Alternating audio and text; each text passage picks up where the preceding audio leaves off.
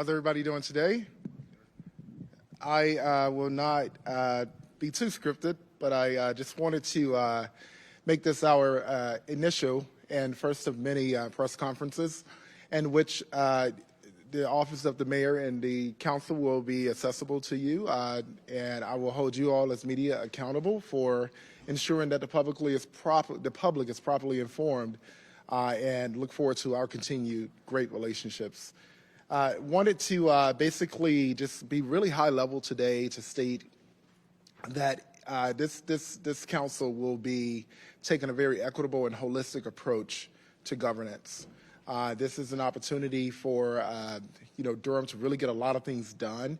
The last 2 years, our budget speaks for itself. We were able to be quite aggressive in that budget, and now it's time to carry many of those things out. And as we prepare to carry out some of those top priorities of last year, we are about to set some new priorities, and they are going to be robust. They are going to be ambitious, but that is how we define them as being also Durham. I wanted to be. I really wanted to just break down my focus into 3 main areas: community development, economic development, and workforce development. In those 3 main areas, I do believe that we can encompass quite a bit. And while these are my initial steps to take an action, I do know that a lot of my action will encompass the conversation, desires, that are reflective of the constituency based to each council member, whether it's from trying to work on an infrastructure bond that will allow us to provide safer streets, a more connected city, and each council member will be taking on these initiatives from potentially a bond to potentially a new convention center, something that we desperately need in Durham, to really addressing our young men of color and really addressing our youth. We are going to be unapologetically aggressive in how we address these things. We know what the needs are in the city, and we are going to do what is needed to get there. We know that our city workers deserve and are in line for higher pay. We have a pay study that is coming forth very soon.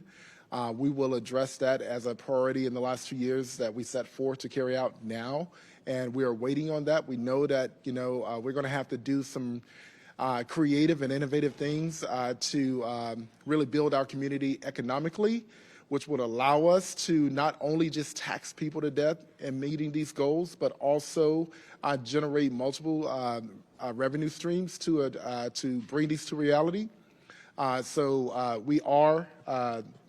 We've been listening to our city workers. We do have that as a top priority. We know that housing is a crisis in America. We are going to address that the Durham way. We know that when we have limited supply, that it creates housing to be more exclusive. We don't want that. We want housing to be a human right, and as close as we can get to that in Durham, then that's what we're going to do. We have several agencies across the city that are working tirelessly to make this community a better place. We want to make sure that we are utilizing those relationships effectively, from the Do It in Durham campaign over at Discover Durham, drawing people from all over the nation here, all the way to just the small startups that we have here, creating opportunity for our youth, and all of the jobs that we have here, creating opportunities for our youth to not only grow here, but also be employed here, start their businesses here, and just have a great life here.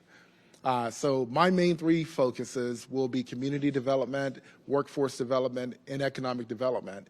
There are a lot of initiatives that we're going to be taking on, but these are the 3 main focus points that I'm going to take initiative with, and I'll address a lot of the accomplishments that we have already obtained or will be obtaining in the very near future in the state of the city.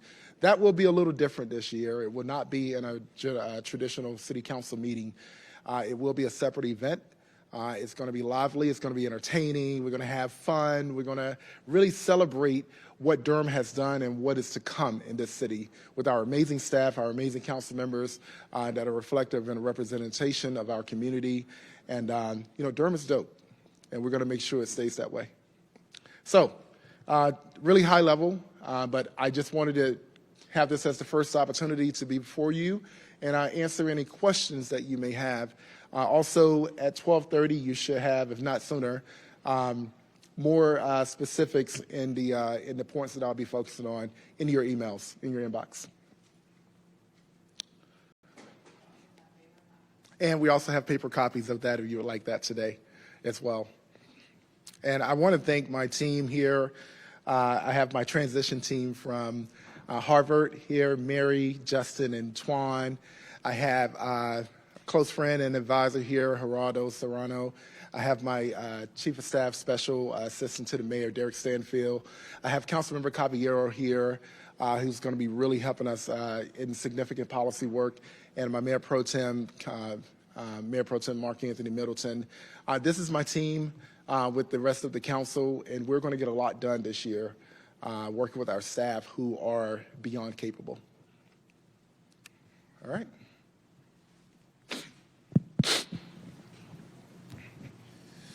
Well, good afternoon, Mayor Williams, Dwan Hogarth, WTVD.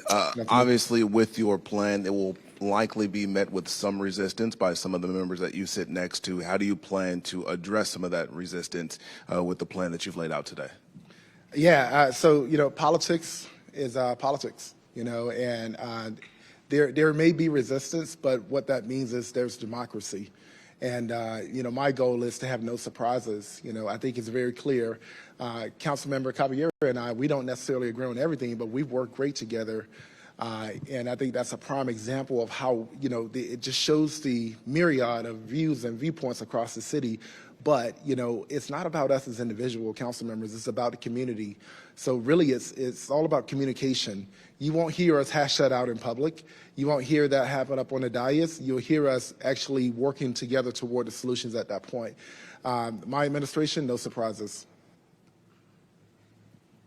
Hello, Hello. it's Mary Helen with the News Observer. Can you just talk about what you mean by community economic workforce development? What are those terms? Can you put them in context of what you're trying to do? Absolutely. So basically, when it comes to community development, it's all about enhancing safety and mobility. It's all about connecting our city and ensuring that we're doing it safely, that we're getting access to those opportunities before us. To be specific, I'm basically committed to enhancing the safety and mobility of all residents of Durham.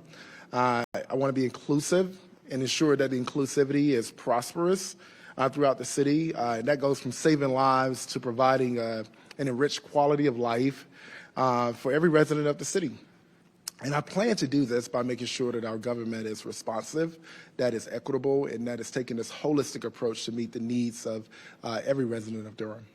When it comes to, let's say, economic development, we all know Durham, as we say downtown Durham, we want to make sure downtown is good, but Durham is so much bigger than downtown, and we have so many communities that are hungry for opportunity. I'll take East Durham, for example. We may need to look at the zoning designation in certain communities. We may need to make changes so that they can thrive. I know for a fact that East Durham, Andrew and Driver, there are lots of tenants over there, there are lots of residents, but there are also a lot of small businesses. They are looking to grow, they're looking to thrive, and that could be a district of the city that is thriving, and that's how you build community.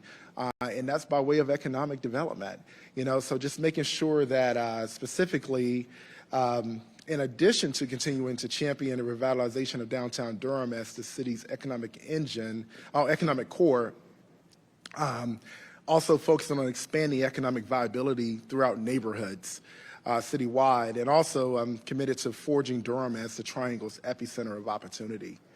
We have a great opportunity to do that. Raleigh is cool. Morrisville, Cary, all of those areas are fine, but Durham is dope. Durham is the best place to live in the area. We have the greatest opportunities, and I want to make sure that the public knows that. And we're going to make sure that we're doing our part to market and to talk about our wins, to talk about the grants that we're getting to, really build up our community. All of the grants we're getting from transit to, just streetscapes, the investments that this council has made. So there's a lot of opportunity that we haven't been taking advantage of, and I want to make sure that we do just that.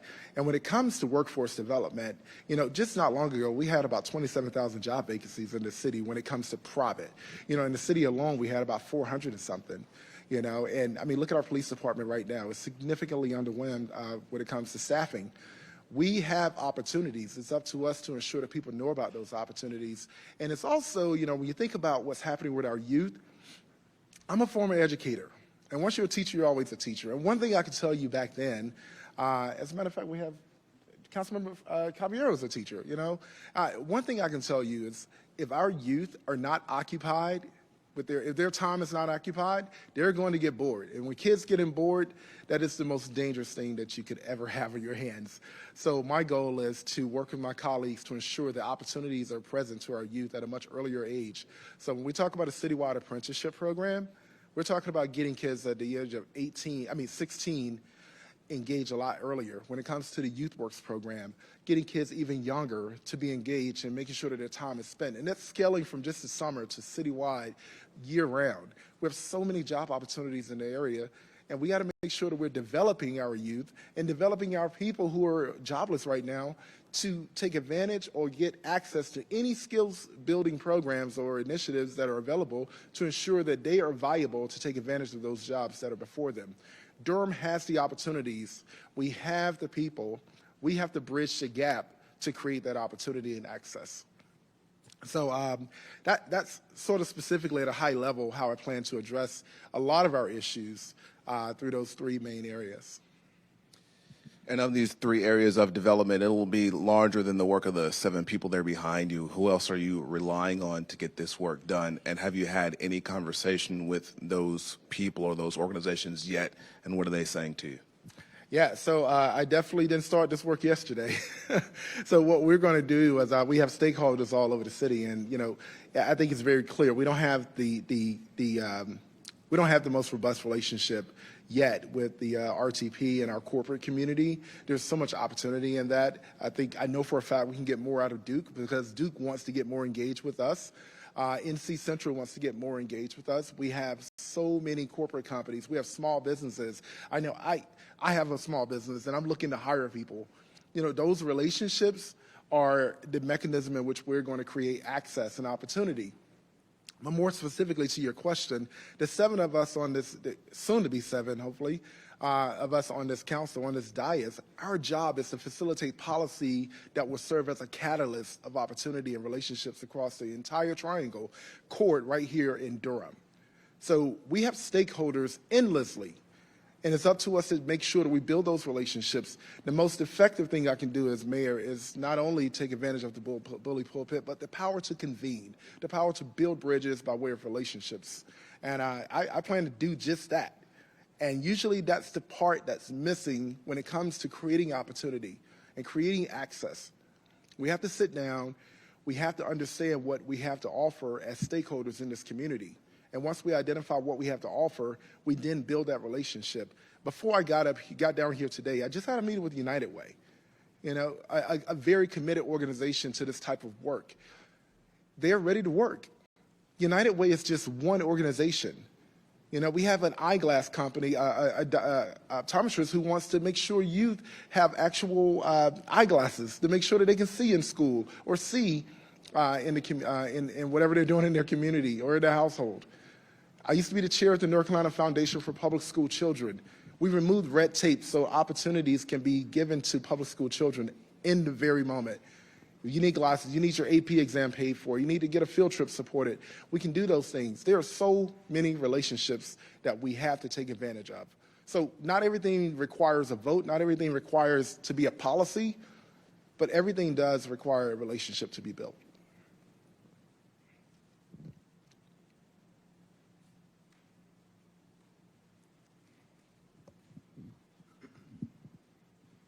Hi, Mayor Williams, Monica Casey, WRAL. Can you talk a little bit about how the issue of crime fits into your priorities in each of these three categories you have here? Thank you for that question. Usually we're talking about crime as if it's just a thing. Crime is a result. It's a symptom of other systems not, effectively performing. So when I address these three issues, housing security is a crime issue. Access to, opportunities such as jobs is a crime issue. Ensuring that, if someone who's born in this community or someone who's moved to this community wants to better themselves, that's a crime issue. So you won't hear me ever say I'm going to stop gun violence. You're not going to hear me ever say I'm going to stop crime, although I want those things to happen. I also realize that human behavior responds to environments, circumstances, or conditions that promote it to do certain things. And so my goal is to address the root causes. Some time ago, we talked about 1,000 black men, and then it sort of went dormant. We went dormant because there were so many mentoring groups that came out and said, hey, we're here. You don't need to recreate the wheel. Great. But then we also later realized the gap that was there were mentoring organizations working in isolation. So we're going to revisit that and say, listen, what's missing is a consistent marching orders. Like, what do we do now? Yeah, you're doing your type of mentoring organization, but what are we doing collectively? Where's the tenacity? And so now we get to revisit something like that and actually, work with these organizations together, help them get access to funding, making sure that they are at a very high level occupying every youth's time in this entire city. That's a crime issue.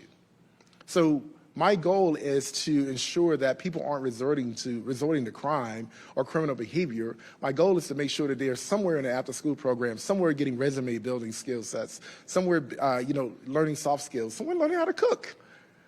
There are so many things that we could do that are, if we don't do, they become a crime issue.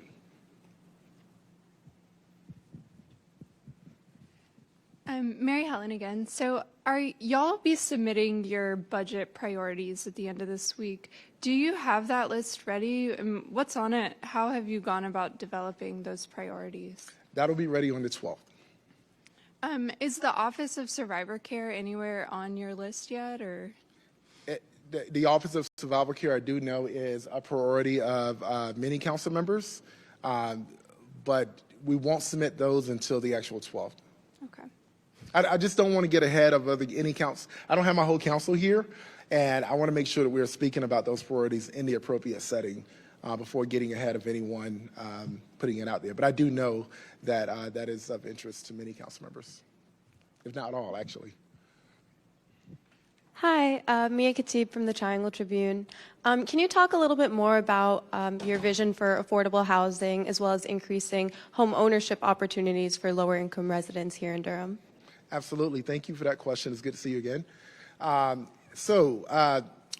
really appreciate that question because affordable housing might be the most misunderstood reality in our city. Whenever we build new housing, people say, well, it's not for the poor, or you're not building enough for someone else that may not be able to afford what's coming downtown. At the end of the day, we have to ensure that we're increasing supply. I talked about this earlier. If you don't have enough supply, then it becomes a supply and demand issue. So, and also, just because there's someone building a tower downtown doesn't mean that it's kicking someone else out in the rural area or a suburban area. We overall have to increase supply. One, we have to increase supply at every single level. Two, we have to ensure that we're not only talking about structures being built, and also, by the way, affordable housing does not mean a cheap structure.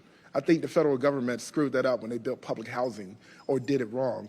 What we have to do is ensure that we're not only building supply, but also in all the opportunities to help you obtain housing. We have to address the subjectivity of affordability. Affordable to whom? So if I make $30,000 a year, I can't afford a $500,000 home. But if I make $30,000 a year and I'm working to get access to a home that I can own, and therefore I need to take advantage of opportunities provided for me. So we have the Bulls Initiative. We have the citywide apprenticeship program that's going to be coming on board. We have jobs that are available, and we have opportunities like, at Durham Tech that we can take advantage of to help you enhance yourself. So now you let's say you go to Durham Tech, you take advantage of their electrician apprenticeship program. You're coming out making six figures. Now you can afford a home a lot better than you could before. So affordable housing means taking advantage of the opportunities to help you attain that, make that home more attainable. And that home could be whether it's a luxury apartment, it could be a single family home, it could be wherever your income meets it. But affordable housing, in order to address it, you have to pull several levers to get access to whatever that place you want to live. But it does not, and I repeat, and I'm going to say this to folks who keep misquoting this, it does not mean building a cheap structure. We do not want to have cheap structures to where people are living like animals in this city. So we're going to do everything we possibly can to ensure that people have a decent quality of life, a place to live, and we're going to make sure that they can afford it, because we're going to create opportunities for them to be able to afford it. But it does require the individual to do something as well. And there are several people trying, and we need to make sure anyone who's trying, we're creating opportunity for them.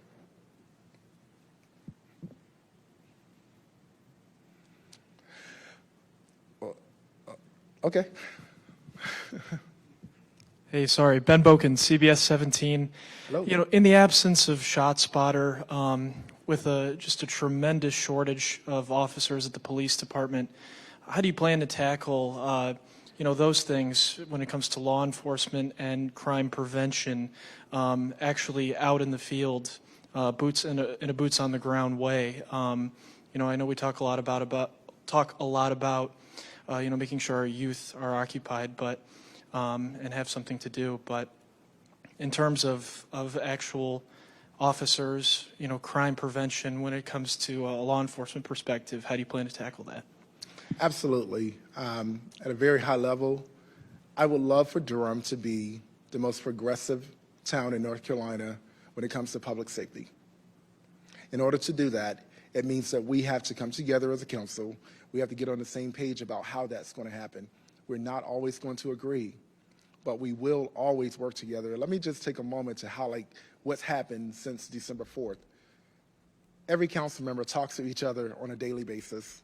We are working together. No, we don't always agree on everything when it comes to policy, but one thing we do agree on is being solution-oriented, and that is a delight to have.